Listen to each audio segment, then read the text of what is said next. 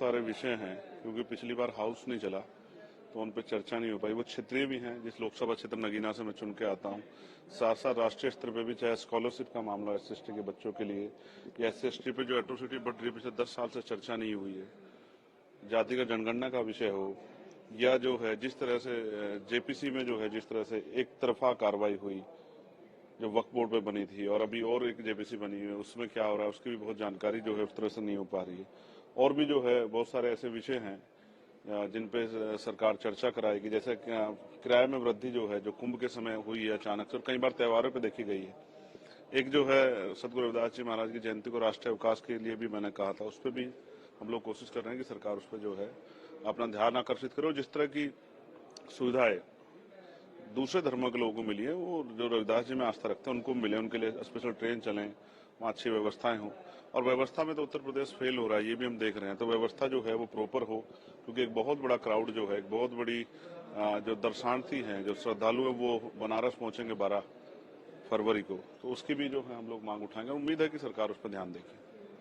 कुंभ को लेकर भी अभी भी कुछ लीडर्स बोले कि हम लोग, कांग्रेस कह रहे हैं कि हम इस बात को रखेंगे कि कुंभ में जिस तरीके से ये उस पे भी नहीं, उस पर चर्चा होनी चाहिए। उस पर चर्चा ये होनी चाहिए कि नाम बड़े और दर्शन छोटे। आपने इतने बड़े बड़े वादे किए तो इतना बड़ा फेलियर हुआ, और आपने उसको जो है उस फेलियर पे, जब प्रधानमंत्री जी उस पर अपना ट्वीट करके संवेदना प्रकट कर चुके, तब भी मुख्यमंत्री उस बात को छिपा रहे थे।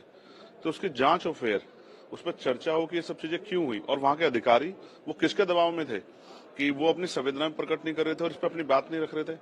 कुंभ के साथ साथ यहाँ बागपत में भी जैन समाज के जो श्रद्धालु हैं, उनके कार्यक्रम में जो है 16-17 लोगों की जान की खबर है कि वो गई है और बहुत सारे लोग घायल हैं। उनको क्या मुआवजा मिला? जिस तरह आपने कुंभ में जो लोग दर्शन श्रद्धालु जो इनकी जान गई, जिनके परिवार ने अपने लोग खो दिए, उनको आपने मुआवजा दिया, तो यहाँ आपने क्या मुआवजा दिया? तो आप जो है मुआवजा देने में भी जो गैर बराबरी कर रही है, इस पे भी जो है हम लोगों ने सवाल रेज किए।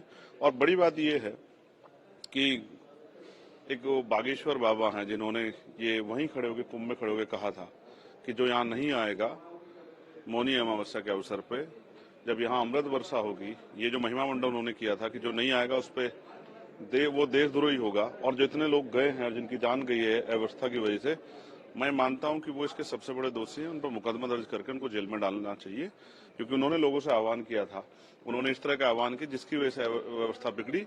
और आज पूरी सरकार को भी, और जिस तरह से लोगों को जनहानि हुई है और लोगों को जो है तमाम तरह से जो है लोगों में भय पैदा हुआ है, ये सब इस तरह के जो हैं जिन्होंने इस तरह की बेवजह की जो अफवाह फैला के लोगों को वहां बड़े पैमाने पर इकट्ठा किया, उन्हीं की देन है। इसलिए मेरी मांग है कि ऐसे धर्माचार्य के नाम पे जो लोग जो जनता को बेवकूफ बना रहे हैं, उन पर सख्त कार्रवाई होनी चाहिए। लेकिन डिप्टी CM ने ये कहा है कि जुडिशियल इंक्वायरी के लिए एक कमीशन बना दिया गया है, जो भी इसमें दोषी पाया जाएगा उस पर सख्त से सख्त कार्रवाई। मैं बिल्कुल सहमत हूँ, बना दिया गया है। तो जिन्होंने वहां बुलाया था लोगों को, ये जो है महिमा मंडन किया था कि हाँ आने से सब अच्छा होगा, उन पे जो है कार्रवाई अगर होगी तो फिर दोबारा से कोई इस तरह का प्रयास नहीं करेगा।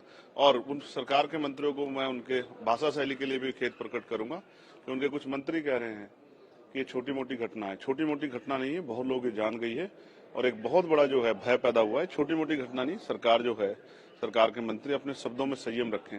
लोगों के मन में गुस्सा है और लोगों के मन में तकलीफ है, उस तकलीफ का मजाक न उड़ाएं सरकार।